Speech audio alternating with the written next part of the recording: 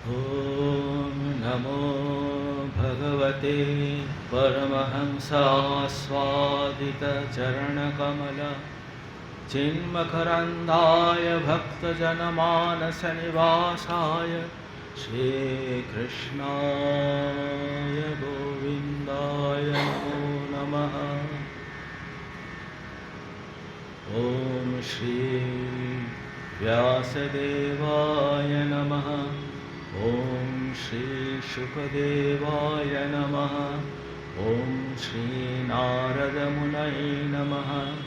ॐ श्री भागवतमहापुराणाय नमः। ॐ सर्वेभ्यो ऋषिमुनिभ्यो नमः।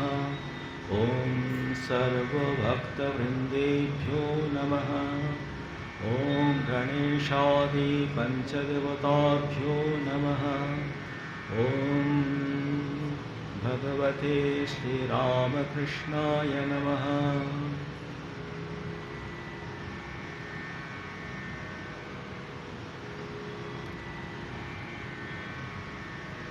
আপনারা শুনেছেন আমি আজকে মাথুর বিরহ এই প্রসঙ্গটি আলোচনা করব।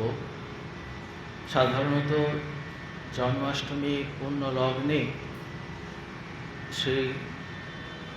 শ্রীকৃষ্ণের জন্মলীলা এবং তৎপরবর্তীকালের যে বাল্যলীলা সেটি বিশেষভাবে আলোচিত হয়ে থাকে এবং রাসলীলায় রাস পূর্ণিমার ব্যাখ্যা সাধারণত হয়। এই মাথুর লীলাটা আলোচনার মধ্যে তত আসে না, তাই আমি এই স্বল্প আলোচিত বিষয়টা নিয়ে আজকে একটু আলোচনা করতে চাইছি।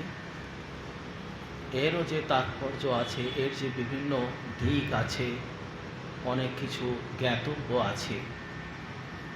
হয়তো অনেকেই এটি পড়েছেন বা কোনো জায়গা থেকে শুনেছেন, এটা স্বাভাবিক। ভাগবত মহাপুরাণ ভক্তের হৃদয়ের একটা আবেগপ্রবণ ভাব সমন্বিত এই মহাপুরাণটি সকলকে আকর্ষণ করে। সুতরাং পড়ে থাকা, অবগত হয়ে থাকা আশ্চর্যের নয়। তবু আজকে এই পূর্ণ লগ্নে মাথুর বিরহ সম্পর্কে একটু আলোচনা করব। তার আগে কৃষ্ণের একটা ভজন দিয়ে আমি শুরু করছি।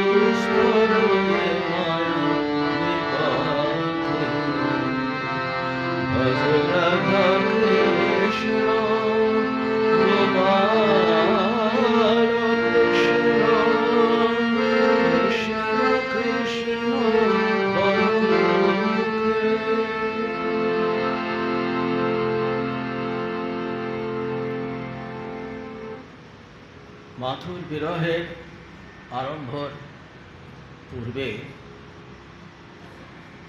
শ্রীকৃষ্ণের বাল্যলীলা যে একটা গতি নিয়ে এই পর্যন্ত এসে পৌঁছেছে, তার একটা ভূমিকা প্রয়োজন। আমরা জানি যে বসুদেব তার প্রথম সন্তানকে কংসের হাতে অর্পণ করে দিয়েছেন, এই পর্যন্ত আমরা আলোচনা করেছিলাম। এরপরে আরও অনেক ঘটনা ঘটেছে, সেগুলো আমরা অত আজকে উল্লেখ করব না। কিন্তু আমরাই দেখেছি যে যখন কৃষ্ণকে নিয়ে বসুদেব চলে গেছেন বৃন্দাবনে, কংস তার এই মৃত্যুর যে ভয়, তার থেকে আরও বেশি অত্যাচারী হয়ে উঠেছিল এবং অনেক যদুকুলের সমস্ত লোককে হিংসার বশে, দেশের বশে, ক্রোধের বশে আরও নিপীড়ন করতে শুরু করল। শিশুদের হত্যা শুরু করল, একটা নরলীলা, তাণ্ডব লীলা শুরু করে দিল আসুরিক প্রবৃত্তির বশে। এবং তখন কৃষ্ণকে বা বলরামকে না পেয়ে তখন বিভিন্ন জায়গায় তার অসুর সহচর যারা ছিল তাদের বিভিন্ন জায়গায় পাঠিয়ে দিল, যেখানে বুঝবে যে কৃষ্ণ আছে বা সেরকম কোনো বালক আছে, নির্দ্বিধায় নির্বিচারে তাদের হত্যা করো। কে কার মধ্যে কে সেই বালক জানা যাচ্ছে না, সুতরাং সকলকে ওই বয়সে সকলকে হত্যা করো। এই রকমভাবে একটা পাশবিক লীলা, পাশবিক অত্যাচার ছড়িয়ে গেছে। সেইভাবে একের পর এক অসুররা ছদ্মবেশে কৃষ্ণকে মারার জন্য বৃন্দাবনে এসেছে। অনেকে এসেছে, পুতনা রাক্ষসী থেকে শুরু করে আরো অনেকে এসেছে, ঘূর্ণাবর্ত নানা রকম। তখন নারদ এসেছেন একবার, এই এত হত্যা লীলার পর নারদ এসেছেন। তিনি দেখছেন যতক্ষণ না ভগবানের সঙ্গে এর সাক্ষাৎ হবে, সংযোগ ঘটবে কংসের, ততক্ষণ ভগবানের লীলা পরিপূর্ণতা লাভ করবে না। তাই নারদ একটু ত্বরান্বিত করার জন্য বিষয়টিকে তিনি কি করছেন, কংসের কাছে এসেছেন। এসে বলছেন, যশোদায়া সুতাং কন্যাং দেবক্যা কৃষ্ণমেব চ রামং চ রোহিণী পুত্রং বসুদেবেন বিভ্যতা। এর আগে দেবকীর একটি কন্যা সন্তান জন্মগ্রহণ করেছে বলে তিনি খবর পেয়েছেন, কিন্তু তাকে ছেড়ে দিয়েছেন। বলেছে এরকম অষ্টম গর্ভের পুত্র নিধন করবে আমাকে, এরকম ভবিষ্যৎবাণী হয়েছিল। সুতরাং এই কন্যা, শিশু কন্যা, সে আমার কি করবে, এই বলে তাকে ছেড়ে দিয়েছিল। ঠিক সেই সময় নারদ এসছেন। নারদ এসে বলছেন, তুমি যে ভাবছ এটি দেবকীর কন্যা, এটা দেবকীর কন্যা নয়, আর অষ্টম গর্ভের সন্তান রূপে কন্যা জন্মগ্রহণ করেছে সেটাও সত্যি নয়। সত্যিটা হলো এই, আমার কাছ থেকে শুনে রাখো, যশোদায়া সুতাং কন্যা, ওই বৃন্দাবনে যশোদা বলে একজন রয়েছেন, তার কন্যা জন্মগ্রহণ করেছে।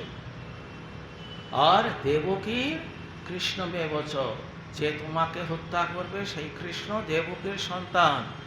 রামং চ রোহিণী পুত্র, সপ্তম গর্ভে যে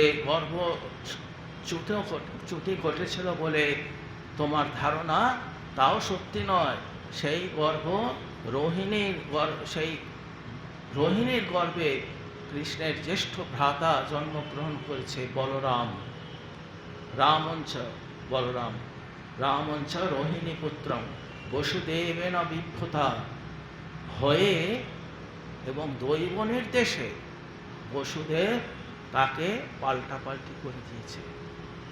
তুমি এই রহস্য জানতে না, কন্যাটিকে ছেড়ে দিয়েছ, আবার ভাবছো অষ্টম গর্ভের কন্যা সন্তান হয়েছে, তাকে ছেড়ে দিলে তোমার মৃত্যু ভয় দূরিত হয়ে যাবে। তা নয়, এই রহস্যটা জেনে রাখো। সেইটা শুনে কন্যাটিকেও তো হত্যা করেছে। ভাবছেন যে হয়তো পুত্র বলেছে, কিন্তু হতে পারে দেবতাদের ছল, কন্যাই হয়তো হবে, আমাকে মারবে।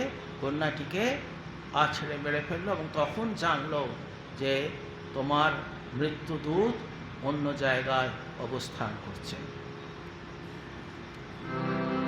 কিন্তু নারদ কেন এরকম একটা গোপন কথা বলে দিল? নারদের কি অভিসন্ধি ছিল? অভিসন্ধি এটাই যে নারদ, শ্রী নারদ মুনি, শ্রদ্ধা সহকারেই বলতে হয়, শ্রী নারদ মুনি, তিনি ওই যে বললাম ভগবানের সঙ্গে এই পাষণ্ড কংসের সংযোগ ঘটাতে হবে, তার আসন্ন পরিণতি দান করতে হবে, এই সুযোগ এসেছে, এইবার এই ঘটনাটা ঘটাতে হবে। কিন্তু কংসের যে পাপ এতকাল ধরে করে এসেছে, এবার সেটা ফলনমুখী হয়ে উঠেছে, পাপের ঘোড়া পরিপূর্ণতা লাভ করেছে, এবার সেই পূর্ণ লগ্নের সংযোগ ঘটাতে হবে। সেই জন্য তিনি এই কথাটা কংসের কাছে রহস্যটা উন্মোচন করে দিলেন। কিন্তু এদিকে কি হয়েছে? এদিকে কৃষ্ণ তো তখন বাল্য অবস্থা পেরিয়ে কৈশোর অবস্থায় পৌঁছে গেছেন। সেখানে তিনি গোপীদের নিয়ে মধুর লীলায় ব্যস্ত হয়েছিলেন, মোহিত হয়েছিলেন। বৃন্দাবনের একটা বিশেষ মাহাত্ম্য এই যে সেখানে ভক্তিভাবের যে পঞ্চরস, সেই পঞ্চরসের সাধনা এবং সিদ্ধি সেখানে ঘটেছিল। আমরা জানি ভক্তিতে ভগবানকে আপন করে পেতে গেলে পাঁচটি রস, পাঁচটি সম্পর্ক ভগবানের সঙ্গে স্থাপন করতে হয়। দাস্য, সখ্য, বাৎসল্য, মধুর, আর শান্ত ভাব একটি আছে।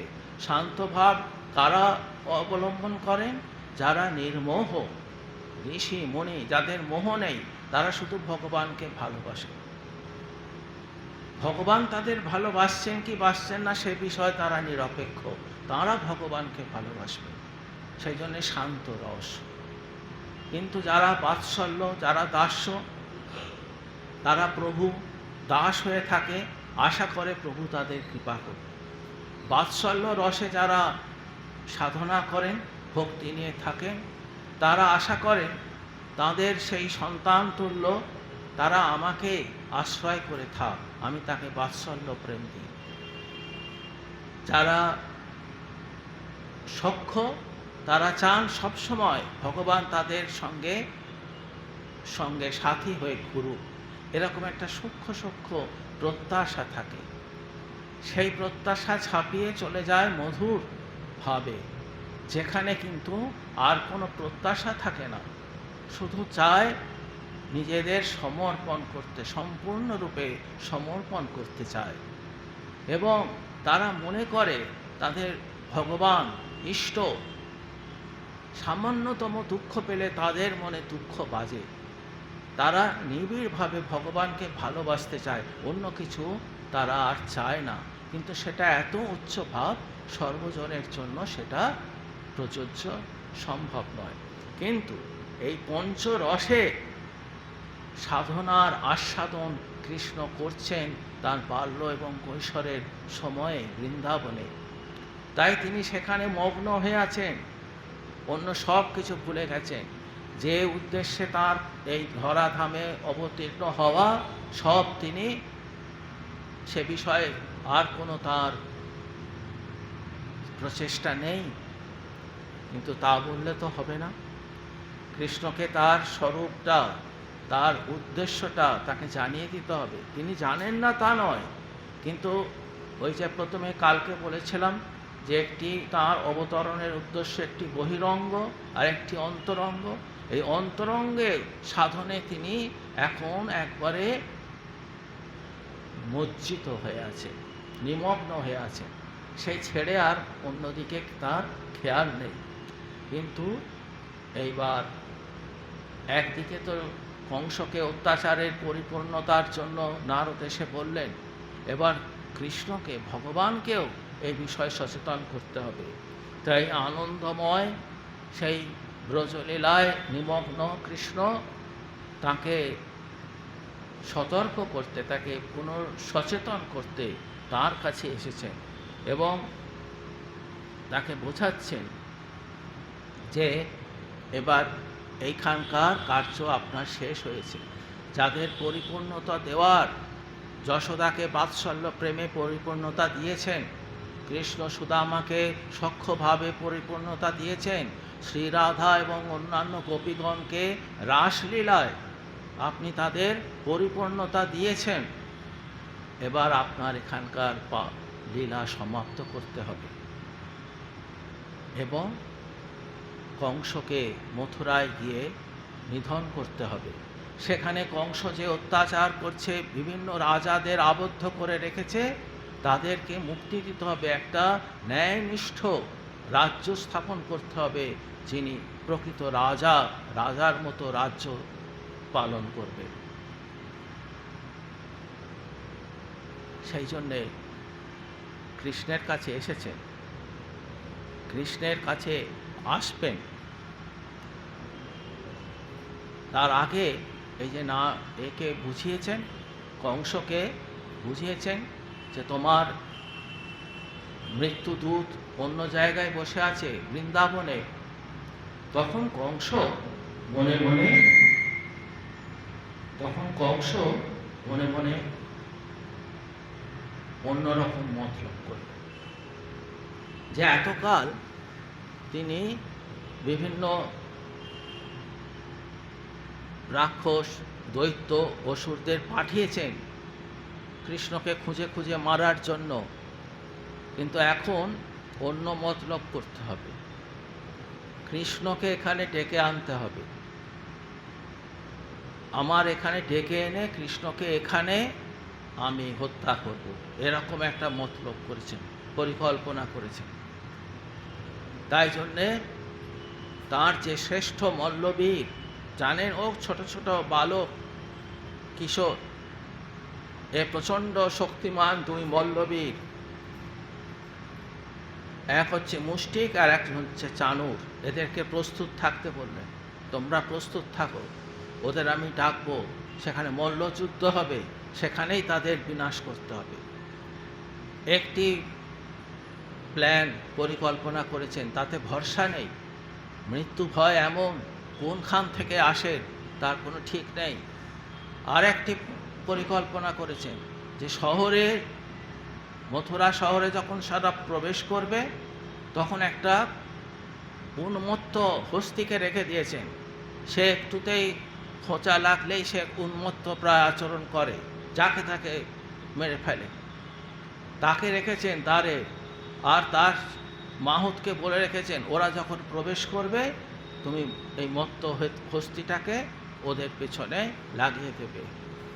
আর একটা উপায়, আরও একটা উপায় করেছেন, একটা ধনুর্যজ্ঞ স্থাপন করেছেন, যে আমি ধনুর্যজ্ঞ করব, তাতে অনেক লোক আসবে, বহু লোক আসবে,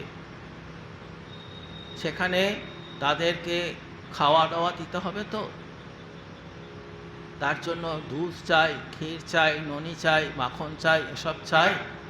তুমি বিভিন্ন জায়গায় ছড়িয়ে দাও।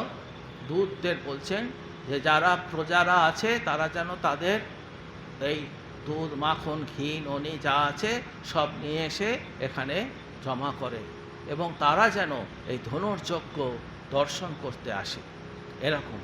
আর বিশেষ করে বলে দিয়েছেন সব জায়গায় সবাই যেন আসে, তারা দেখুক, মনে মনে পরিকল্পনাটা কি, যে তারা দেখুক রাজার পৌরুষ কত, রাজার দাপট কত, কংসের শক্তি কত। তারা দেখবে এই বালকদের আমি হত্যা করব। তারা বুঝবে রাজাকে ভয় করতে হবে, রাজাকে মান্য করতে হবে, অমান্য করার পরিণতি কি হতে পারে, এই মনে মনে ভাবছে, কিন্তু নিজের পৌরুষের ওপরেও তার ভরসা হচ্ছে না।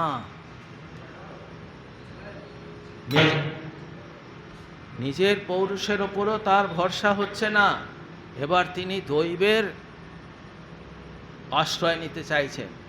বলছেন যেখানে যে শিব রয়েছেন মথুরায়, আপনারা জানেন মথুরায় একটি শিব আছে, মা বিখ্যাত ভূতেশ্বর শিব। মথুরার বৃন্দাবনের জংশনে রয়েছে, অবহেলায় রয়েছেন, আছে ভূতেশ্বর শিব রয়েছেন, কিন্তু মাহাত্ম্য আছে, কিন্তু সেরকম জাঁকজমক নেই। অন্যান্য বারাণসী, বৈদ্যনাথ ইত্যাদির মতো অত জাঁকজমক নেই, কিন্তু ভূতেশ্বর শিব সেখানে রয়েছেন।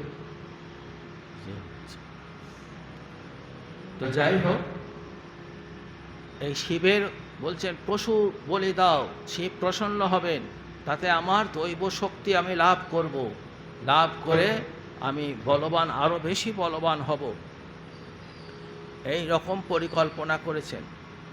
পরিকল্পনা তো করেছেন, বৃন্দাবনে খবর দিতে হবে। কে খবর দেবে, কাকে দিয়ে পাঠাবেন? এতকাল শুধু দৈত্যদের পাঠিয়েছেন, এমন কে আছে যাকে দিয়ে খবর দিলে ওরা আমার এখানে আসবে? কাকে ঠিক করলেন? অক্রূর নামে একজন ব্যক্তিকে ঠিক করলেন। কেন হঠাৎ অক্রূর এতজন তার সঙ্গী সাথী? অক্রূরকে কেন ঠিক করলেন? অক্রূর একজন প্রধান ভক্ত, অতিশয় ভক্ত, সেই বিষয়ে নির্দ্বিধায় বলা যায়। কিন্তু ভাগবতেই আছে যে অক্রূর দ্বৈত ভাবাপন্ন, তার মধ্যে আসরিক বৃত্তিও আছে, আবার দৈব মানে শুদ্ধ সত্য বৃত্তিও আছে। আসরিক বৃত্তি আছে, এই জন্যে অনেকে কংসের অত্যাচারে এই পাষণ্ড চরিত্রের থেকে দূরে সরে গেছে, মথুরা ছেড়ে চলে গিয়েছে অনেক দূরে, এই পাপিষ্ঠের সঙ্গ করবে না, অক্রূর থেকে গিয়েছে সেখানে। তার মধ্যে একটা আসরিক প্রবৃত্তি বা আসরিক ভাব, প্রবৃত্তিও বলবো না, আসরিক ভাব বর্তমান ছিল, সেই জন্য সে অপেক্ষা ওখানেই থেকে গিয়েছে। তার ফলে কংসের একটা তার প্রতি বিশ্বাস উৎপন্ন হয়েছে। কিন্তু তিনি যে থেকেছিলেন সেটা কিন্তু ঠিক আসরিক প্রবৃত্তির জন্য নয়, থেকেছিলেন আরো একটু সাত্ত্বিক প্রবৃত্তির জন্য। কি সেই সাত্ত্বিক প্রবৃত্তি? তিনি জানেন যে দৈববাণী হয়েছে, ভগবান আসবেন, এসে কংসকে নিধন করবেন, অতএব কংস যেখানে আছে সেখানেই তো ভগবান আসবেন, আমি আবার কোথায় যাব দূরে? আমি কেন দূরে দূরে যাব? এই যে এত দৈত্য অসুর পাঠাচ্ছে, কোথাও সেই ভগবানকে তো পাচ্ছে না, তারা খুঁজে ফিরে নিজেরাই হত হয়ে চলে আসছে। তা আমি কার কাছে যাব, কোথায় যাব? আমি এখানেই থাকি, ভগবান এখানে এসে কংসকে নিধন করবে, আমি ভগবানকে দর্শন করব, এই তার মনোভাব, এই তার বিশ্বাস। দৈববাণীতে তার বিশ্বাস ছিল যে অবশ্যই ভগবান আসবেন, কংসের নিধন করবেন, তখন আমি ভগবানকে দর্শন করব, এদিক ওদিক যাওয়ার নেই। অথচ যেহেতু তিনি কংসের রাজ্যেই ছিলেন, রাজ আনুগত্যে ছিলেন, রাজ আশ্রয়ে ছিলেন, ত্যাগ করেননি কংসের আশ্রয়, সেই জন্য খানিকটা দৈত্যের ভাব বা আসরিক ভাব তার মধ্যে ছিল। ভাগবতে পরিষ্কার লিখেছে তার দ্বৈত ভাবের। অন্য আরো একটি ঘটনা আছে, তা আমি উল্লেখ করব না, সেখানেও দেখা যাচ্ছে তিনি আসরিক বৃত্তিতে একটা কাজ করছেন, এবং সেই আসরিক বৃত্তিতে যে কাজ করার ফলে যাকে ধ্বংস করতে চাইছেন, তখন সে যখন তার কাছে এসেছেন কৃষ্ণের কে শত্রুতা করবে বলে, তখন বলছেন যে না, কৃষ্ণ ভগবান মহাশক্তিধর, আমি তার সঙ্গে কোনো শত্রুতা করব না, আমি তার আরাধনা করব। এরকম দুটো পরস্পর বিরুদ্ধ ভাব কিন্তু তার মধ্যে ছিল, কিন্তু যেটা অধিকতর ছিল সেটা হচ্ছে তার সাত্ত্বিক ভাব, ভক্তের ভাব, কিন্তু এই বিশ্বাসে কংস তাকে ডেকে নিয়েছে যে একমাত্র এই হচ্ছে উপযুক্ত লোক। তিনি ভক্ত বলে পরিচিত, যদুবংশের হিতৈষী বলে পরিচিত। তাই যদি আমি অক্রূরকে পাঠাই দূত হিসাবে তাদের আনবার জন্য এই বার্তা পাঠিয়ে, তাহলে কৃষ্ণ বা বসুদেব এরা বিশ্বাস করবে। যদি একটা অসুরকে পাঠাই, মুষ্টিক চানুর কাউকে পাঠিয়ে দিলাম, অন্যান্য নানা রকম বিরাট আকার, ভয়ান আকার যে সমস্ত সহচার তার ছিল, তাদের একজনকে পাঠালে তারা তো আরো ভয় পেয়ে যাবে, তারা আসবে না, তারা উদ্দেশ্যই মাটি হয়ে যাবে।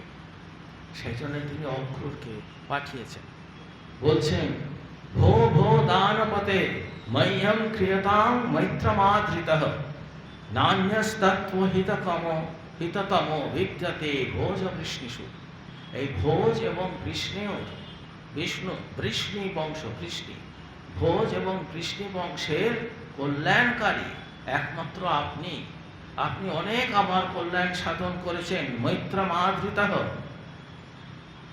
আপনি মহান দানবান, অনেক উপকার করেছেন। আমার আনুগত্যে আপনি রয়েছেন, আপনার আশ্রয়ে। আপনার থেকে হিতকারী ব্যক্তি আমি আর কোথাও দেখতে পাচ্ছি না। আপনি সবচেয়ে উপযুক্ত। আপনি দয়া করে গচ্ছ নন্দ ব্রজম, যেখানে নন্দ বাস করে সেইখানে, সেই ব্রজপুরে আপনি যান। তত্র সুতৌ আসাতে, সেখানে তার দুই পুত্র, বসুদেবের দুই পুত্র বলরাম এবং কৃষ্ণ।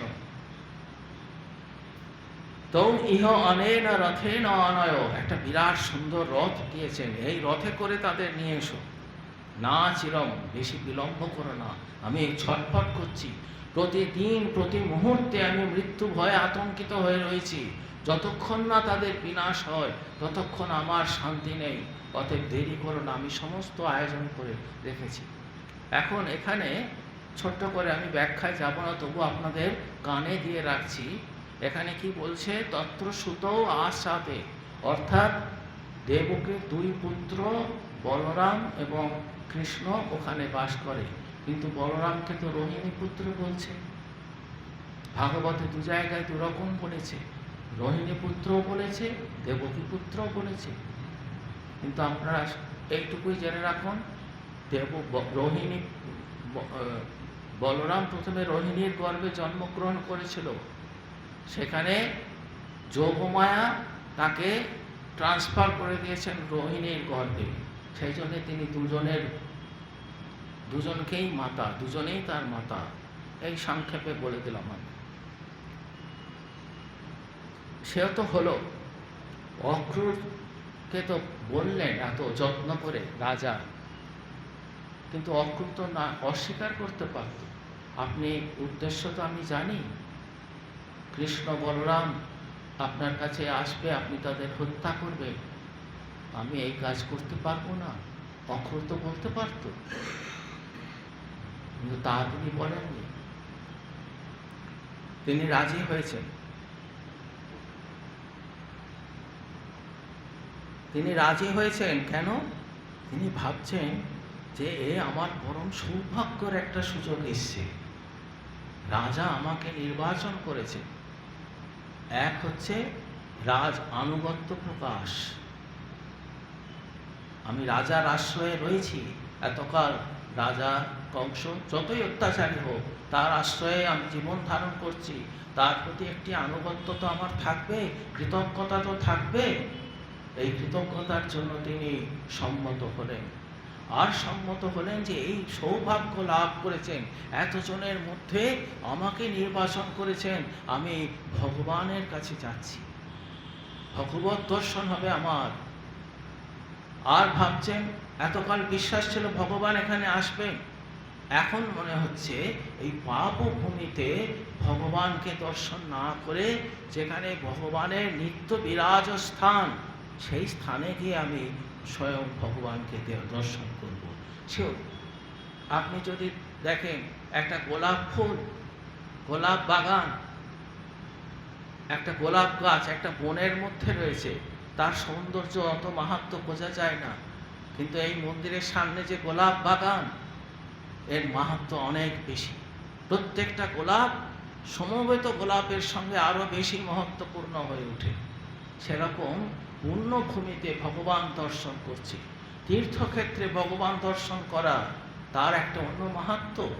সুতরাং আমি অত্যন্ত সৌভাগ্যবান, আমাকে তিনি নির্বাচন করেছেন। অবশ্যই আমার কৃতজ্ঞতা অর্জন করতে হবে, কৃতজ্ঞতা জ্ঞাপন করতে হবে, এবং এই সৌভাগ্য আমাকে অর্জন করতে হবে। আর একটা মনে মনে ভাবছেন যে যতই হোক কৃষ্ণ আর বলরাম তারা তো কিশোর বালক, তারা হয়তো মামার ডাকছেন বলে এসে যাবে আনন্দে, আর সত্যি সত্যি তুই তো দেখছেন মুষ্টিক চানু সেরকম দৈত্যের মতো চেহারা, ভয়ঙ্কর শক্তিমান, আবার এই একটি পাগলা উন্মত্ত হস্তি, এরা সত্যি সত্যি যদি তার ছোট বাচ্চা ছেলে দুটিকে মেরে ফেলে, সেও তো একটা বিপদ। তাই আগে ভাগে তাদেরকে খবরটা দিয়ে দিই, ওই কংসের মনে কি আছে, কংসের অভিসন্ধি কি, সেটা আগে ভাগে তাদের জানিয়ে দেওয়া ভালো। এই সমস্ত ভেবে তিনি রাজি হয়ে গেলেন। রাজি তো হলেন, বলছেন কি যে রাজন মনীষিতং সদ্র তব স্বাবত্য মার্জন সিদ্ধ সিদ্ধ সন্নক কুর্যাৎ দৈবং হি বলভাবনম। খুব একটা গুরুত্বপূর্ণ কথা তিনি বললেন। ওই যে বললাম তার মধ্যে সাত্ত্বিক ভাবটাও খুব প্রবল আছে। তিনি কি বলছেন, রাজন, এই রাজন বলাতে রাজার একটা প্রশংসা করা হলো। তিনি কত হে রাজন বললে একটা প্রশংসা, তার আনুগত্য প্রকাশ পায় হে রাজন বললে। দ্বিতীয় প্রকাশ পায় রাজার মহত্ব প্রকাশ পায়, তার শক্তিকে স্বীকার করে নেওয়া হয় এই রাজন কথাটার মধ্যে দিয়ে। মনীষিতম অর্থাৎ তুমি যে পরিকল্পনা করেছ অত্যন্ত উপযুক্ত। তব স্বাবত্য মার্জনম, তোমার বোধের যে উৎস সেই দিকে তুমি তাদের যে হত্যা করার পরিকল্পনা করেছো, অত্যন্ত উপযুক্ত কাজ করেছো। আমি কি আমার শত্রুকে জিয়ে রাখতে পারি? আমি জানি যে আমার শত্রুকে আমি তাকে কোনো রকম ভাবে পর্যুদস্ত করতে সচেষ্ট হব, এটাই স্বাভাবিক। তুমি পরাক্রমশালী রাজা, তোমার পক্ষে এটা স্বাভাবিক এবং উচিত কার্য নিজের শত্রুকে বধ করা। তুমি যা মনে করেছ অত্যন্ত উপযুক্ত কাজ করেছ। কিন্তু প্রচ্ছন্নভাবে একটি তত্ত্ব তার কানে ঢুকিয়ে দিয়েছেন। কি বলছেন? সিদ্ধ সিদ্ধ সন্নক কুর্যাৎ দৈবং হি বলভাবনম। দেখো রাজা, তুমি যতই পৌরুষের উপর আস্ফালন করো না কেন, নিজের পৌরুষের উপর আত্মবিশ্বাসী থেকে এই দুটি বালককে হত্যা করবে বলে মনস্থির করো না কেন, দৈবং হি বলভাবনম, পুরুষকার দ্বারা সব কিছু সম্ভব হয় না, দৈব থাকে। এই দৈবই সত্যিকারের ফলদায়ক হয়। এই দৈবই বলভাবনম, সেটাই প্রকৃতপক্ষে শক্তিশালী। সুতরাং কর্ম তুমি করতে পারো, তুমি সমস্ত প্রচেষ্টা করতে পারো, কিন্তু তার তোমার যে আকাঙ্ক্ষিত ফল তুমি লাভ করবে কিনা, সেই অনুযায়ী তোমার কর্মসিদ্ধ হবে কিনা, সেটা কিন্তু তোমার ওই যতই পৌরুষের আস্ফালন থাকুক তাতে হবে না। দৈবং হি বলভাবনম, এটা বলে তিনি বুঝিয়ে দিলেন। ভাগবতকার বলছেন এই যে তিনি এই কথাটি বললেন, এটিতে তাঁর প্রকৃত সত্তা পরিস্ফুট হয়েছে। সে নিজেও জানে ভগবানের শক্তি, দৈব শক্তি কত শক্তিশালী। এখানে তার আসরিক বৃত্তির ঊর্ধ্বে উঠে সেই সাত্ত্বিক প্রবৃত্তি প্রকাশ হচ্ছে। এই পর্যন্ত তো হলো। আর আমরা শুনছি, ভাগবত কথাই তো শুনছি, কিন্তু ভাগবত কথা এই সমস্ত ব্যাখ্যা করছেন কে, বর্ণনা করছেন কে? শুকদেব পরীক্ষিতের কাছে ব্যাখ্যা করছেন, মুমূর্ষু পরীক্ষিতের কাছে ব্যাখ্যা করছেন। তখন এই পর্যন্ত বলে শুকদেব বলছেন, শুকদেব কহে রাজা করো শোভন, মথুরা বিহার লীলা বলিব এখন। শুকদেব কহে রাজা করো শোভন, মথুরা বিহার লীলা বলিব এখন। কংসের আদেশে তবে অক্রূর সুমতি,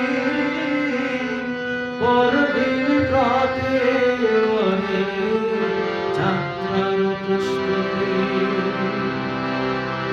কংসের আদেশে তবে অক্রূর সুমতি, পরদিন প্রাতে করে যাত্রার প্রস্তুতি।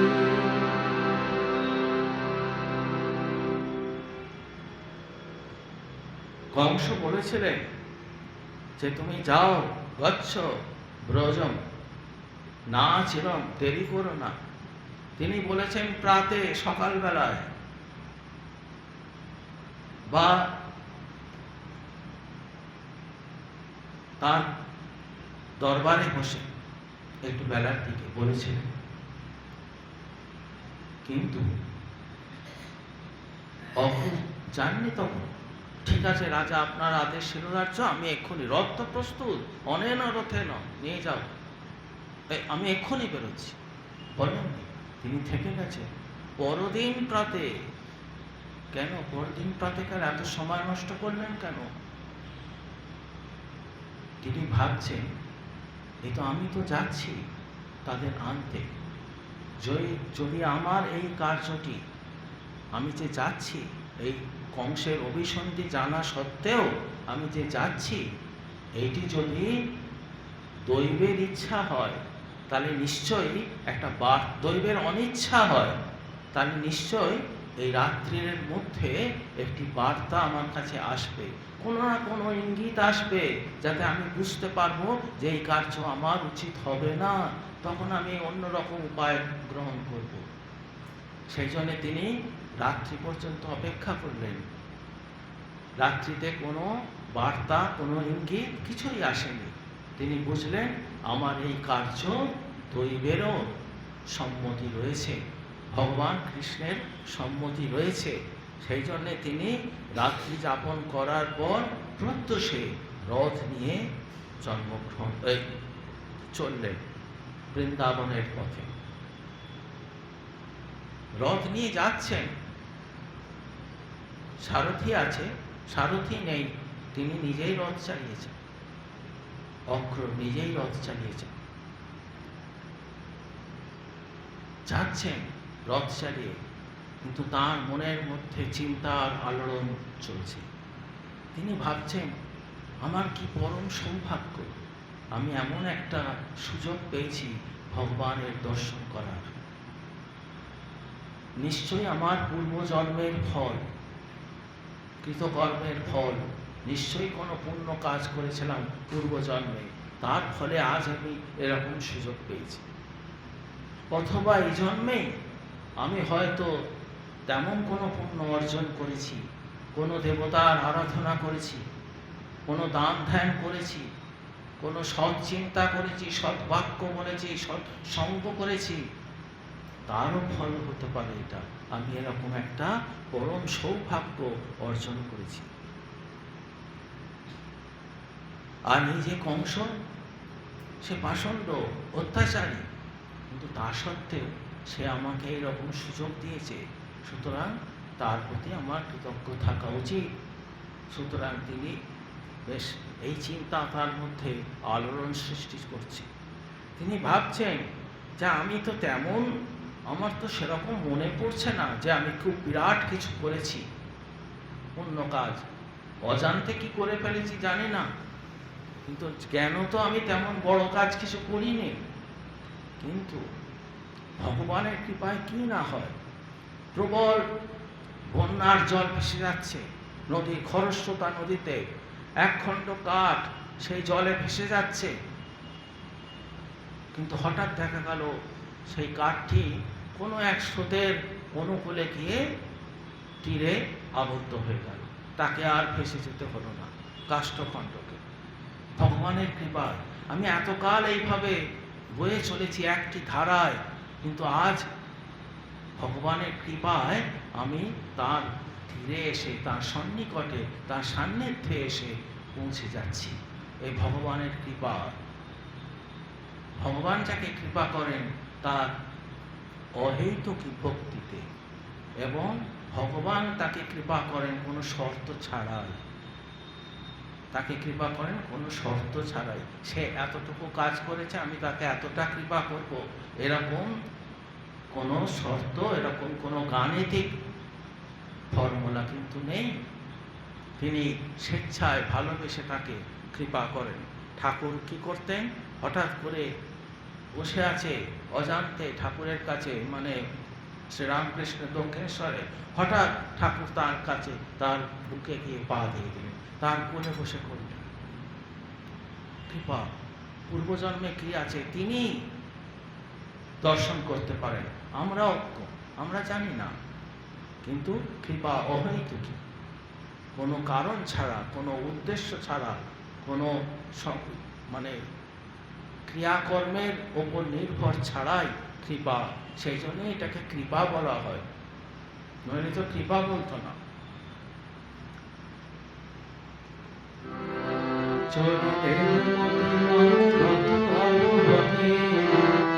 যাত্রা পথে কত ভাব জাগে তার, চলতে মতিমান রথ আরোহণে, যাত্রা পথে কত ভাব জাগে তার। কৃষ্ণ আনিবারে কংস মনে ভার দিল, সৌভাগ্য সূর্য উদয় হইল।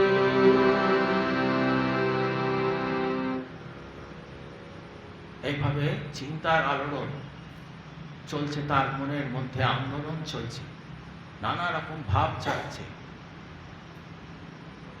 এতক্ষণ তিনি নিজের কথাই ভাবছেন, নিজের সৌভাগ্যের কথাই ভাবছেন।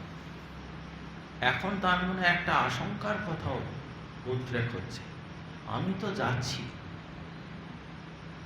কিন্তু এই কৃষ্ণ বলরাম তারা কি আমাকে আপন করে নেবেন?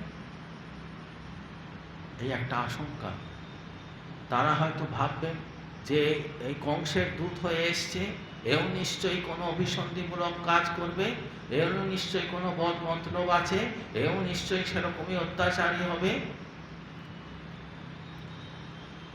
আর আমি এমন কিছু পুণ্য কাজ করিনি যেটা আমিও জানি না কি করেছি না করেছি, কিন্তু এসব না জেনে ভগবান কি আমাকে সেইভাবে আপন করে টেনে নেবেন?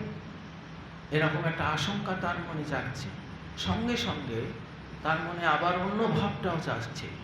ভাবছেন যে ভগবান তো অন্তর্যামী, আমি মনে মনে তো কোনো পাপ করিনি, মনে মনে তো তাদের শত্রুতা করিনি, তাহলে কোনো মনে মনে অপরাধ কিছু করিনি, তাহলে নিশ্চয়ই তিনি আমার অবস্থার কথা বুঝবেন, আমার মনের কথা তিনি বুঝবেন, তিনি অন্তর্যামী, তিনি নিশ্চয়ই আমাকে আলিঙ্গন করবেন, এবং তার আলিঙ্গন পেলে আমার সমস্ত প্রাপ্তি হয়ে যাবে। সব কিছু যাকে পেলে সমস্ত কিছু প্রাপ্ত হয়ে যায়, তিনি যদি আমাকে বুকে জড়িয়ে ধরেন, আলিঙ্গন করেন, তার স্পর্শে আমাকে ধন্য করেন, আমার জন্ম জন্মান্তর ধন্য হয়ে যাবে। এরকম তিনি ভাবছেন। তার মনে আরো ভাবনা যাচ্ছে। আপনারা জানেন যে ভগবানকে পেতে গেলে গীতাতে বলেছে, যো মাং বেত্তি তত্ত্বতঃ, যে আমাকে তত্ত্বগতভাবে জানে, অর্থাৎ আমার স্বরূপটি যে জানে, স্বরূপ জেনে যে আমাকে ভক্তি করে সে আমাকে পায়। ইয়ো মাং বেত্তি তত্ত্বতঃ, আমি তার হই। আপনারা একথাও শুনে থাকবেন যে ঠাকুরও বলেছেন যে জ্ঞান মিশ্রিতা ভক্তি, যে ভক্তি ভগবানকে এই পঞ্চ ভাবে শান্ত দাস্য সুখ বাৎসল্য এই মধুর এই পঞ্চভাবে যারা তার সেবা করে পূজা করে তারা ভক্তিপথে এগিয়েছে। কিন্তু যতক্ষণ না তার স্বরূপ জ্ঞান হয়, উপলব্ধি হয়, ততক্ষণ কিন্তু তাকে পাওয়া যায় না। তার ভক্তি পাওয়া যায়, সেই ভক্তিতে তাকে উপলব্ধি করা যায়, কিন্তু তাকে পাওয়া যায় না। এই জন্য মধুরভাবে আপনারা যদি রাস পূর্ণিমার ডিটেলস পড়ে থাকেন তাহলে দেখবেন যে বারবার অনেকবার উল্লেখিত হয়েছে যে আমরা জানি তুমি সেই পরম প্রভু নারায়ণ, তুমি বিশ্বাত্মা, তবুও আমরা তোমাকে এই কৃষ্ণ বলেই পেতে চাই। এই যে জ্ঞান মিশ্রিতা ভক্তি, যতক্ষণ এই জ্ঞান মিশ্রিতা ভক্তি হয়েছে তখন তারা কৃষ্ণের সঙ্গে একাত্ম হয়ে গেছে, তাকে পেয়েছেন, পরিপূর্ণভাবে পেয়েছেন। তার আগে কিন্তু পাননি। তার আগে তারা কৃষ্ণকে কৃষ্ণ রূপে দেখেছেন, প্রেমিক রূপে দেখেছেন, দ্বৈত রূপে দেখেছেন, ভালোবাসার পাত্র রূপে দেখেছেন, সমস্ত আকর্ষণ অনুভব করেছেন কৃষ্ণের প্রতি। কিন্তু যখন এই রাসলীলায় তার তত্ত্ব স্বরূপ তারা উপলব্ধি করেছে তখন কৃষ্ণ তাদেরকে নিজেকে বিলিয়ে দিয়েছেন তাদের মধ্যে। সেইভাবে এবার অগ্ররও সেই ভাবনা আসছে, জ্ঞান মিশ্রিতা ভক্তির ভাবনা আসছে।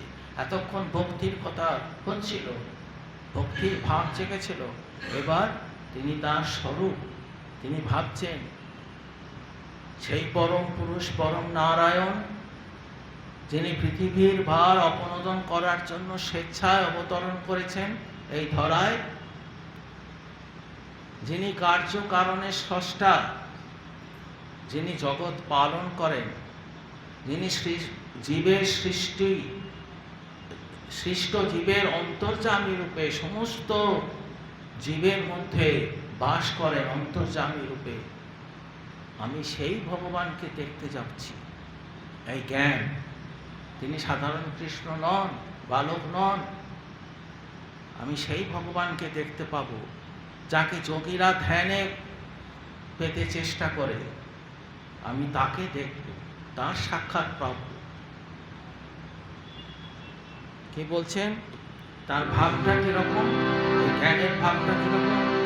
यस्य स्मरणमात्रेण जन्म संसारबन्धनात् विमुच्यते नमस्तस्मै विष्णवे प्रभविष्णवे अनादिनिधनं विष्णु सर्वलोकमहेश्वरं लोकाध्यक्षं स्तुवन्नित्यं सर्वदुःखादिरो भवेत्।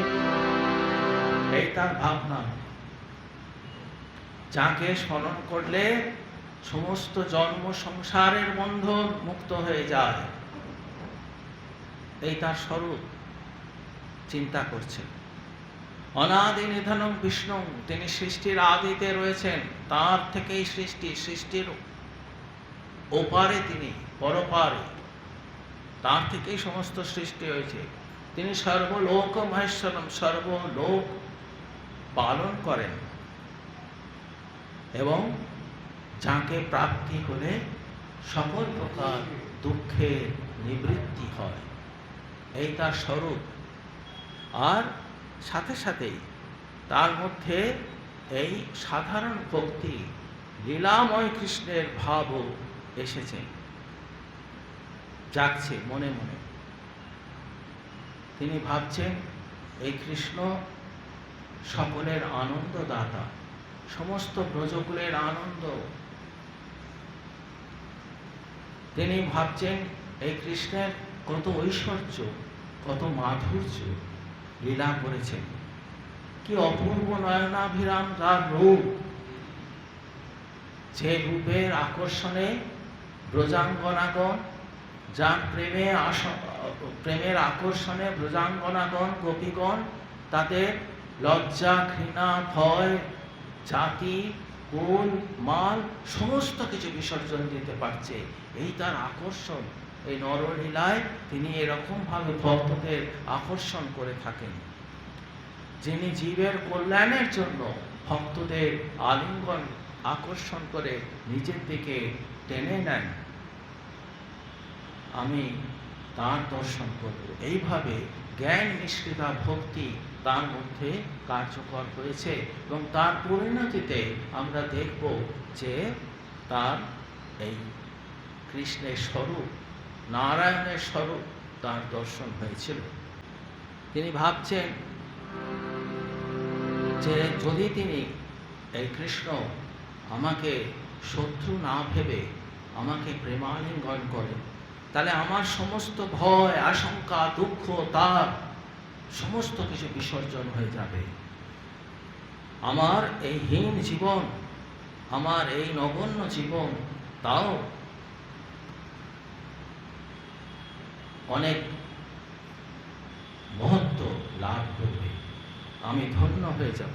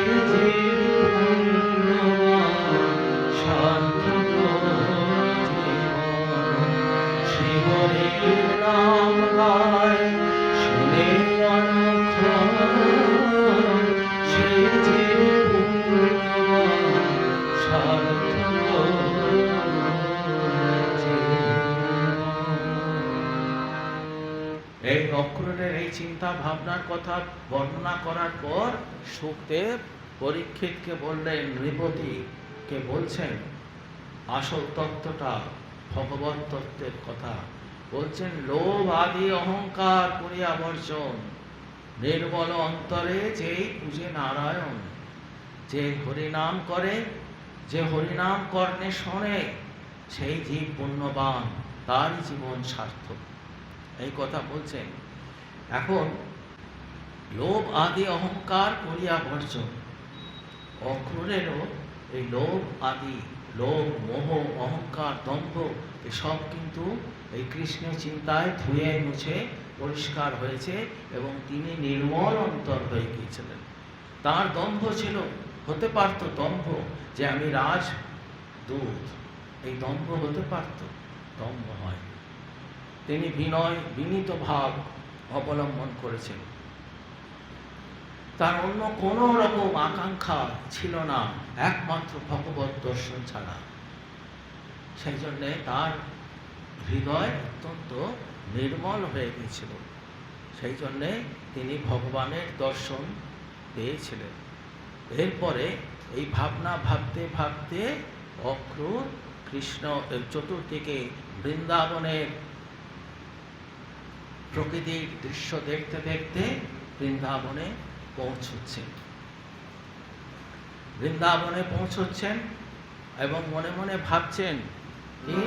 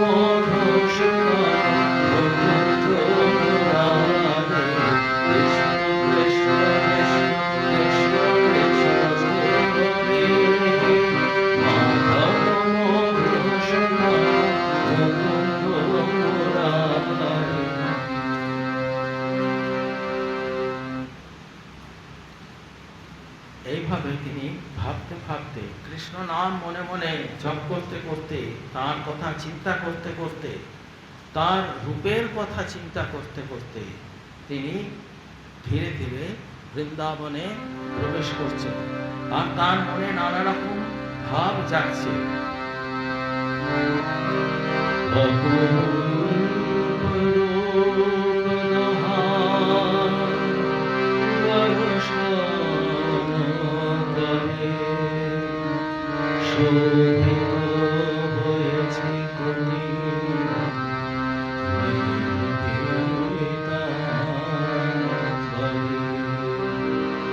যখন কৃষ্ণ এই অক্রূর ব্রজধামে প্রবেশ করছেন, দূর থেকে বলরাম আর কৃষ্ণকে ক্রীড়াঙ্গনে গাভীদের সাথে অবস্থান করতে দেখছেন দূর থেকে। তাই বলছে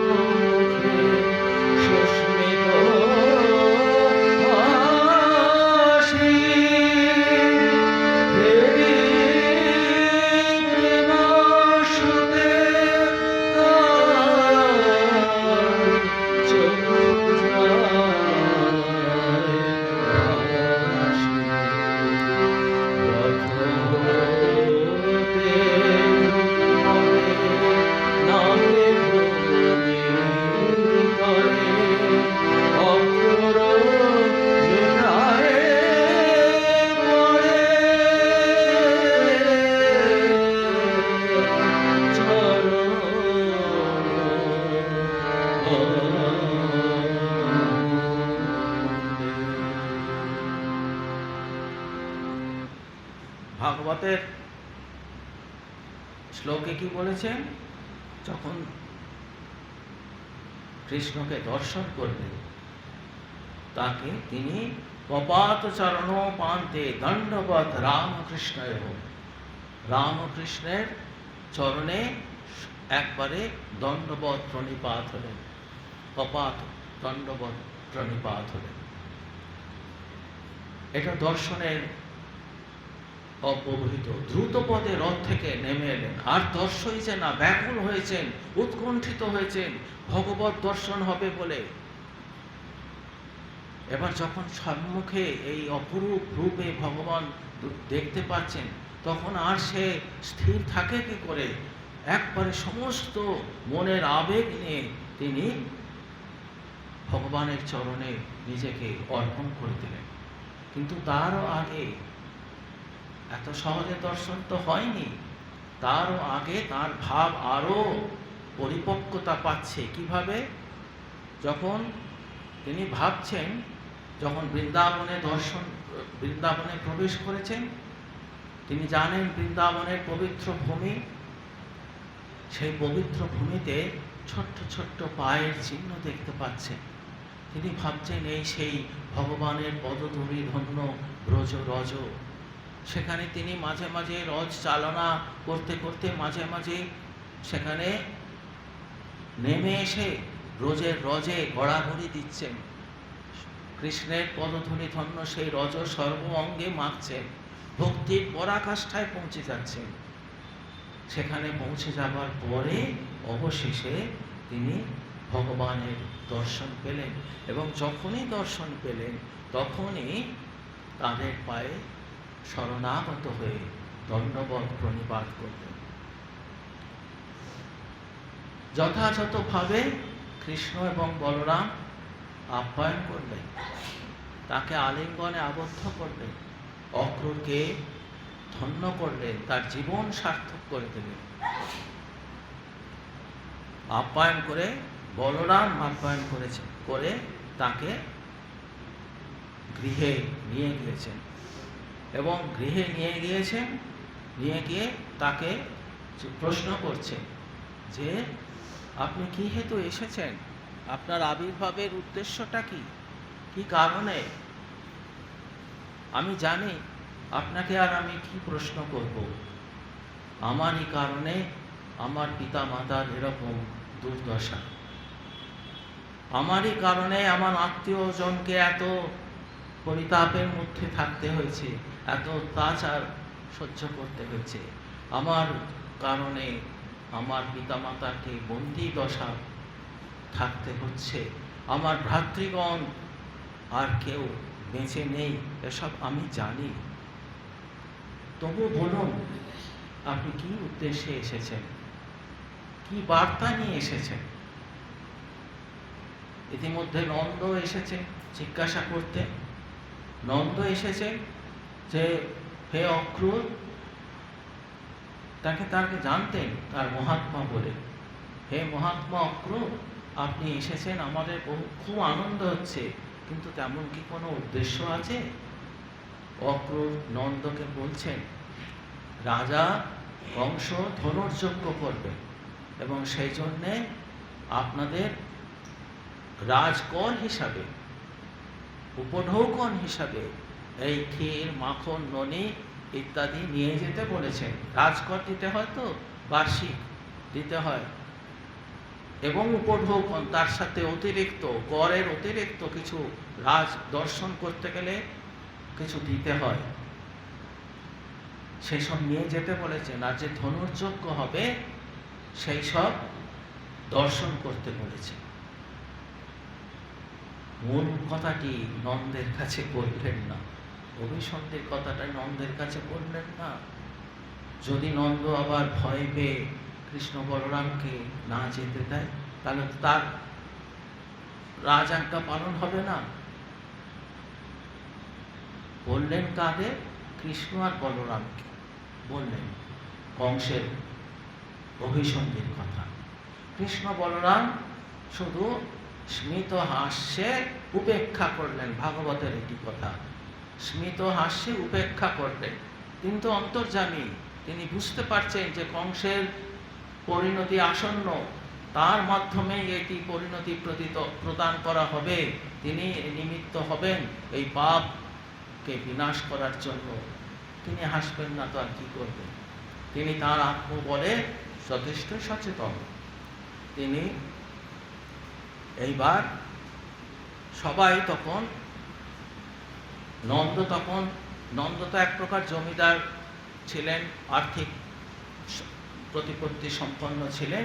তিনি সবাইকে বললেন যে সব গোপুরা তোমরা সব প্রস্তুত হও, আমরা কাল প্রভাতেই রাজ দর্শনে যাব, সেখানে বার্ষিক কর দেব, তোমরা সব এখন থেকে আজ রাত্রের মধ্যে সমস্ত কিছু প্রস্তুত করে রাখো, কালকে আমরা প্রভাতেই রওনা দেব।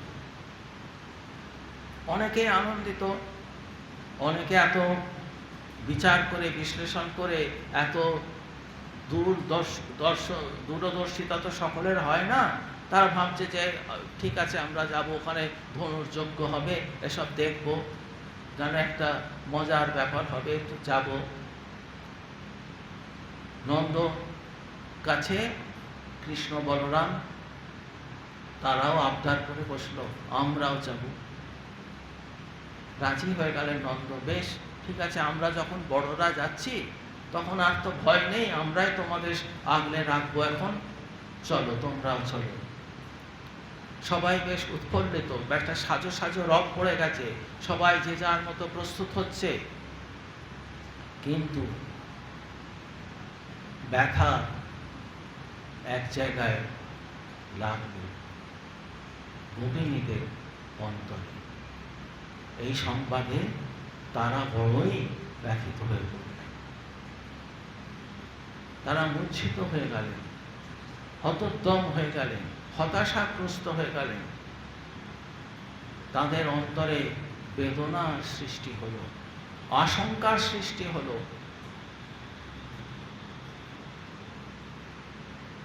ভাগবতে বলছে,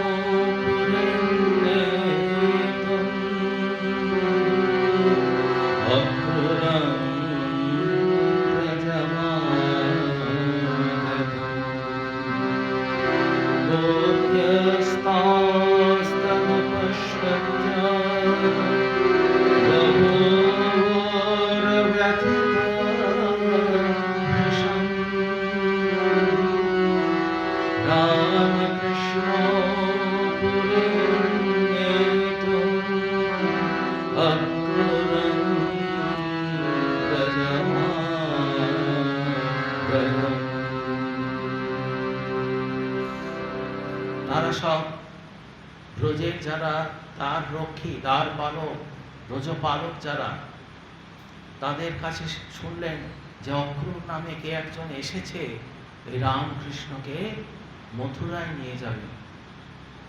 আশঙ্কায় তাদের বড় চঞ্চল করে দিল। তারা অত্যন্ত দুঃখিত হলেন।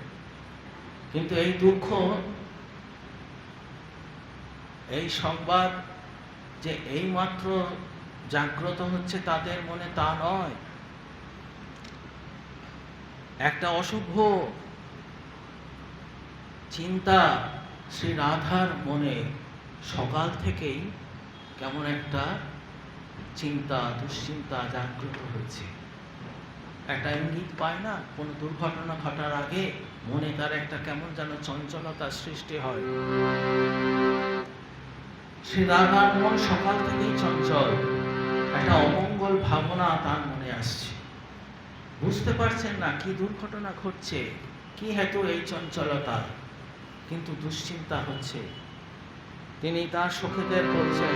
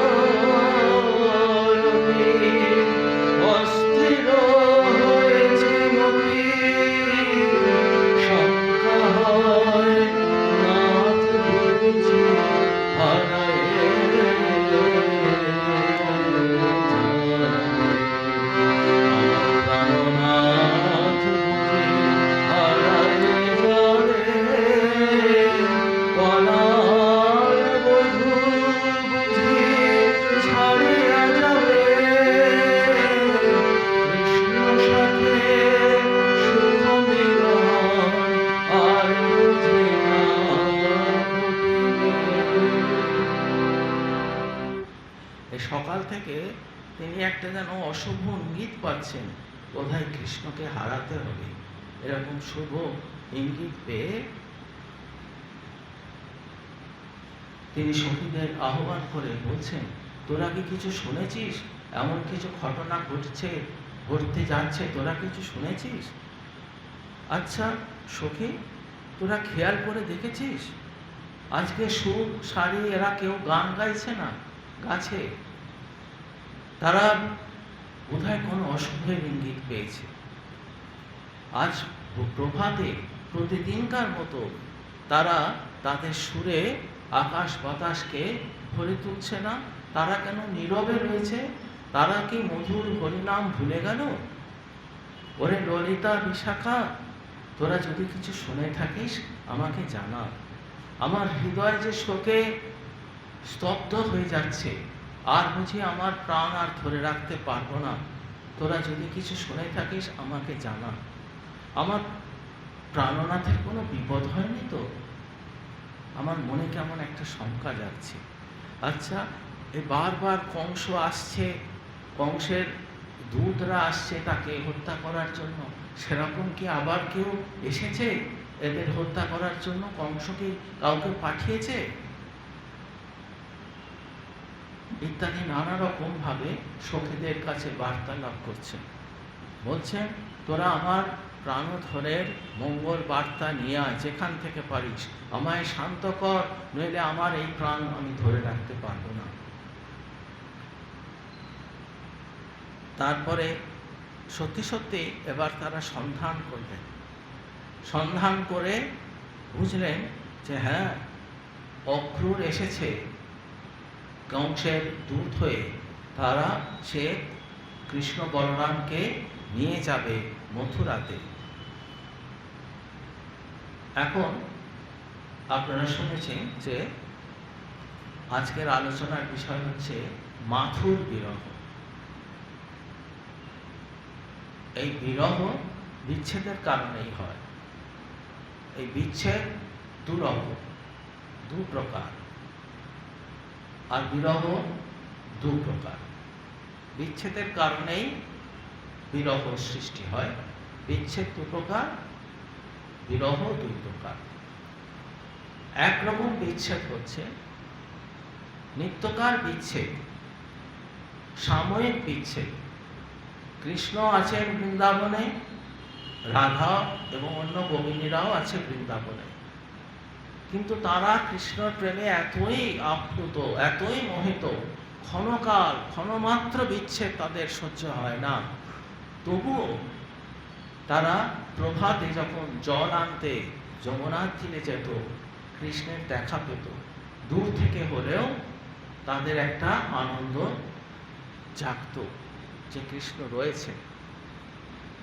কৃষ্ণ যখন বাঁশির সুর তাদের ডাকতেন, তারা যেতে না পারলেও সেই বাঁশির শুনে তাদের মন তাতে নিবিষ্ট হয়ে যেত। সেই বিচ্ছেদের অবসান ঘটত, বিরহের অবসান ঘটত। এই যে দিনান্তে বা দৈনন্দিন যে সাময়িক বিচ্ছেদ, এটা এক প্রকার বিরহ বা বিরহের সৃষ্টি করে বিচ্ছেদের কারণে। আর যে বিচ্ছেদ চিরকালের জন্য দূরে চলে যাচ্ছে, আকাঙ্ক্ষার বস্তু, প্রাণের বস্তু, যাকে ঘিরে তাদের সমস্ত হৃদয় আপ্লুত, যাকে ঘিরে তাদের জীবন আন্দোলিত হচ্ছে, যাকে ঘিরে তাদের সুখ বেদনা দুঃখ অভিমান আনন্দ আবেগ সব কিছু যাকে ঘিরে, সে যখন চিরকালের জন্য দূরে চলে যাচ্ছে, এইটা হচ্ছে মাথুর বিরহ। মাথুর বিরহ শুনলে আমাদের মনে হতে পারে কৃষ্ণ মথুরায় গিয়েছিল, সেইটাই বিরহ। কিন্তু মথুরার সঙ্গে আক্ষরিক বা অন্তত ভাবগতভাবে এটা মাথুর বিরহ নয়। মাথুর বিরহ হচ্ছে এই চিরকালের যে ব্যবধান হয়ে যাচ্ছে, দূরত্ব হয়ে যাচ্ছে, এইটাই হচ্ছে মাথুর বিরহ। এখন এই জন্যেই রাধিকারা এবং অন্যান্য গোপীরা এত বেশি যন্ত্রণা পাচ্ছে যে চিরকালের জন্য কৃষ্ণ বলরামকে মথুরায় নিয়ে চলে যাবে, সেই জন্যে তারা এত বেশি যন্ত্রণা পাচ্ছেন। আমাকে মনে হয় তাড়াতাড়ি শেষ করে দিতে হবে, একটু সময় আর বেশি সময়। তারা বিধাতাকে দোষ দিচ্ছেন।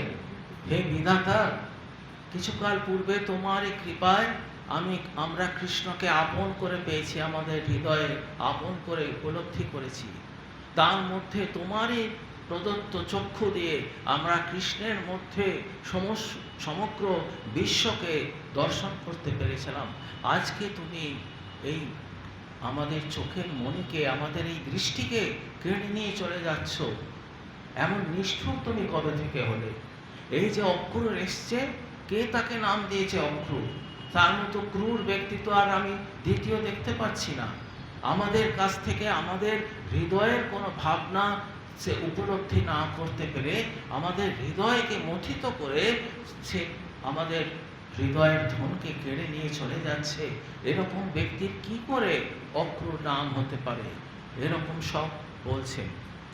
আর চতুর্দিকে খোঁজ খবর করছেন, দেখছেন সবাই তো আনন্দিত মথুরায় যাবে বলে।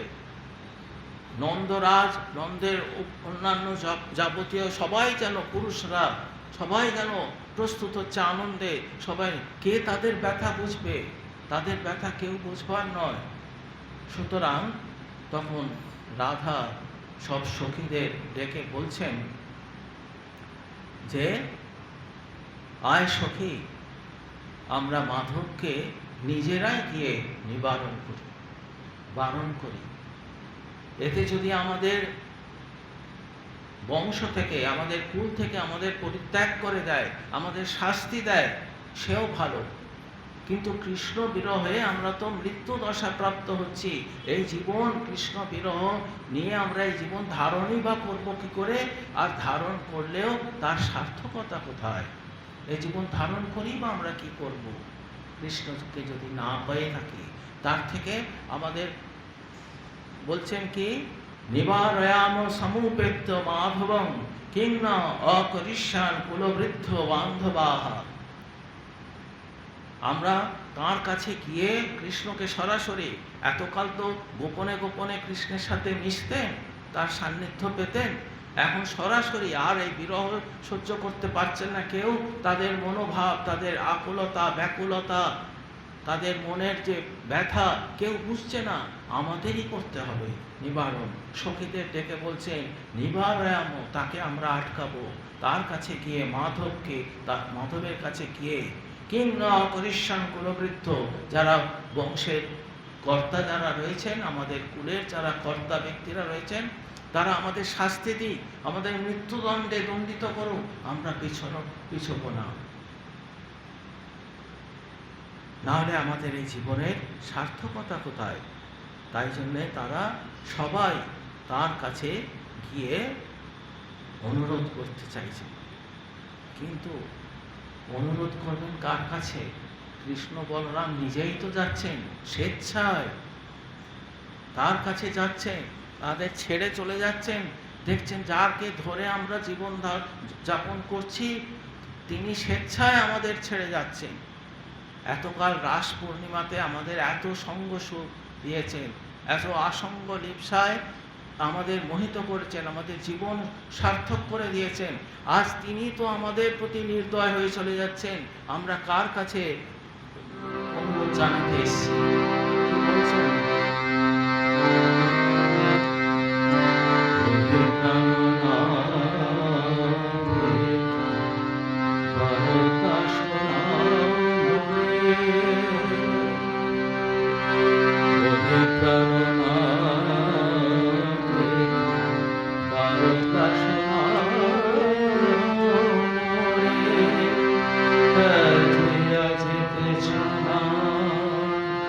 ইহ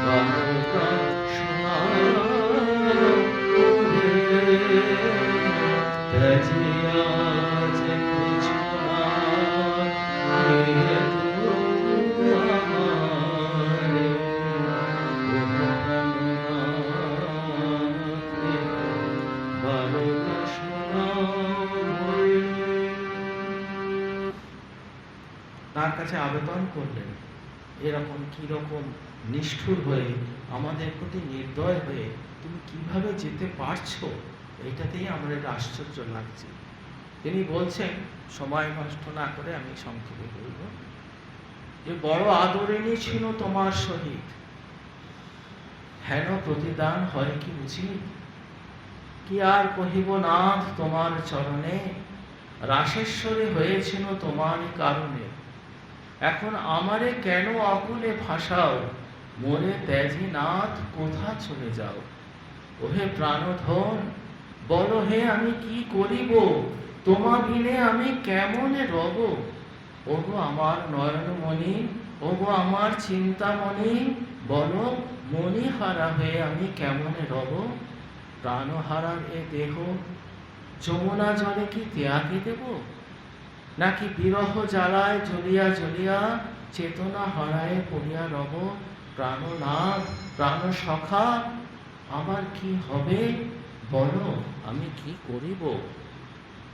এটা সুর করে বলার কথা ছিল, সময়ের অভাবে আর বলে দিলাম। তখন কৃষ্ণের মনেও কিছুটা ব্যাকুল হয়েছে। তিনিও তো আনন্দ পাচ্ছিলেন, শ্রী রাধার এরকম শ্রেষ্ঠ সমর্পিত মনোভাব সহজে তো পাওয়া যায় না। তিনিও কিছুটা আনন্দ পাচ্ছিলেন। এই তিনি নিরাসক্ত সম্পূর্ণ, কিন্তু তবুও হৃদয়হীন তো নয়। সেই জন্যে তার মনও একটু ব্যথা উপলব্ধ হয়েছে। তিনিও যেন যাব কি যাব না এরকম একটা মনোভাব করছেন। এমন সময় ব্রহ্মা দেব বলে দেখছেন যে দেখি যদি সত্যি সত্যি কৃষ্ণ না যায়, তিনি তো পরম নারায়ণ, তাকে তো আমরা জোর করতে পারি না হ্যাঁ যান বলে, তিনি স্বেচ্ছায় সমস্ত কাজ করবেন, কিন্তু তাকে তো সেরকম ভাবে বোঝাতে হবে। সেই জন্য বলছেন, শ্রী রাধায় শোকাকুল হেরি জনার্দন, সখীরে নেহারে আর করে রোদন। কৃষ্ণ হেন কালে দেবগণ আবির্ভূত হইল, রাধা প্রেমে নারায়ণে শোকার্ত হেরিল। প্রণতি করিয়া কহে ওহে জনার্দন, কে জানে তোমার মায়া অনাদি কারণ। অব্যয় সচ্চিদানন্দ ব্রহ্মময় হরি, অনন্ত মহিমা তব তুমি মায়াধারী। জগতের ভার যত হরণ করিতে, ধরিয়া গোপবেশ এলে অবনীতে। তার স্বরূপটা তিনি জানিয়ে দিচ্ছেন ব্রহ্মা। বলছেন, উঠোর অমানাথ শোক ত্যাজ শীঘ্র করি, বৃন্দাবন ছাড়ি ব্রজ যাও হে শ্রীহরি। তিনি ব্রজে তাকে যাবার জন্য প্ররোচিত করছেন। তখন গোপীরা সংক্ষিপ্ত করে দিতে হচ্ছে, আর উপায় নেই। যাই হোক, সখীরা এত কাতর দেখে কৃষ্ণ বলরাম রথে উঠে পড়েছেন প্রভাতে। অন্য গোপীরা বলছেন যে হে কৃষ্ণ, তুমি তো রাধার অবস্থা দেখলে, রাধা হয়তো আর সত্যিই আর বাঁচবে না, তুমি তাকে কিছু একটা বলে যাও, আমাদের হৃদয় মথিত করে দমিত করে তুমি চলে যাচ্ছ, আমাদেরও কিছু একটা আশ্বাস দিয়ে যাও, নইলে আমরা কিসের আশায় বেঁচে থাকবো, কি নিয়ে বেঁচে থাকবো, কি আনন্দে বেঁচে থাকবো। তখন কৃষ্ণ বলছেন যে নিত্য নিশা যোগে স্বপ্নে আমারে দেখিবে। রাধাকে বলছেন, নিত্য নিশা যোগে স্বপ্নে আমারে দেখিবে, বিচ্ছেদ যন্ত্রণা রাধা কভু নাহি সহিবে, কভু নাহি পাবে। গোপীদের বললেন, রাধার সঙ্গে আমার বিচ্ছেদ হওয়ার নয়, আমরা এক আত্মা। রাধা হচ্ছেন কৃষ্ণের বা নারায়ণের আহ্লাদিনী নয়, লাদিনী শক্তি। আহ্লাদিনীও বলা যায়, লাদিনী শক্তি, সে তার শক্তি। আনন্দময় কৃষ্ণের, আনন্দময় পরম পুরুষের শক্তি, তারই প্রকাশ হচ্ছে রাধা। এর সঙ্গে বিচ্ছেদ সম্ভব নয়। সেই জন্যে নিত্য নিশাযোগে স্বপ্নে আমার দেখিবে, বিচ্ছেদ যন্ত্রণা রাধা কভু নাহি পাবে। এটা তিনি আশ্বাস দিলেন রাধা গোপীদের কাছে। আর বললেন যে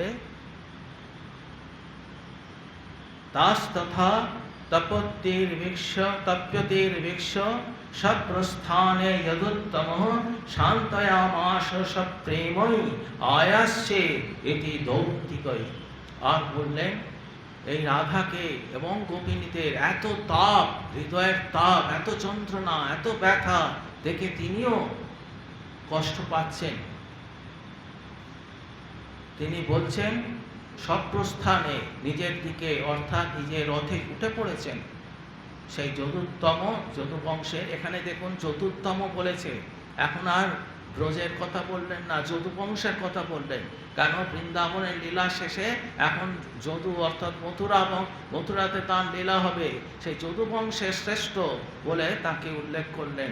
যদুত্তম সপ্রস্থানে যেতে যেতে অর্থাৎ নিজের উদ্দেশ্যের দিকে মথুরার দিকে যেতে যেতে গোপীদের শান্তয়ামাস সব প্রেমই, অত্যন্ত আবেগের সাথে, প্রেমের সাথে, ভালোবেসে, অনুরাগের সাথে তিনি এক দূতের মাধ্যমে বলে পাঠালেন আয়াসে, অর্থাৎ আমি আবার অচিরেই আসব। কিন্তু বাস্তবিক তিনি আর জীবিতকালে বৃন্দাবনে তিনি আসেননি। কিন্তু ব্যাখ্যাকাররা বলছেন যে তাহলে কি তিনি প্রতিশ্রুতি ভঙ্গ হয়েছেন? কিন্তু তা নয়, প্রতিশ্রুতি তিনি ভঙ্গ করেননি।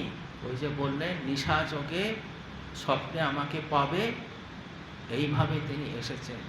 এবং আপনারা যারা জানেন বৃন্দাবনের লীলা কথা যারা শুনেছেন তারা জানেন নিধিবন আছে, সেই নিধিবনে কৃষ্ণ এবং শ্রী রাধার নিত্য মিলন ঘটিত হয়।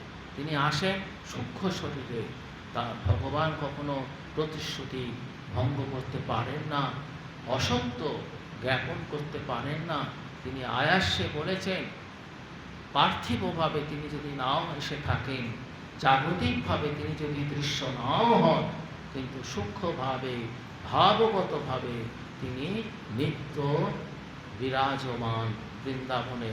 এবং সেই বিরাজ শুধু রাধা গোপিনীদের নয়, আজ পর্যন্ত এবং যতদিন এই ধরিত্রী থাকবে বৃন্দাবন তীর্থের প্রত্যেক ব্রজবাসীর মনে তিনি চির বিরাজমান থাকছেন। এইভাবে তিনি তার প্রতিশ্রুতি রক্ষা করেছেন। মাধুর বিরহ সংক্ষিপ্তভাবে শেষ হয়ে গেল। আমরা ছোট্ট একটি ভজন করে, কালকে ওই ভজনটা করেছিলাম, তো ওটা করে আজকে শেষ করে দেব।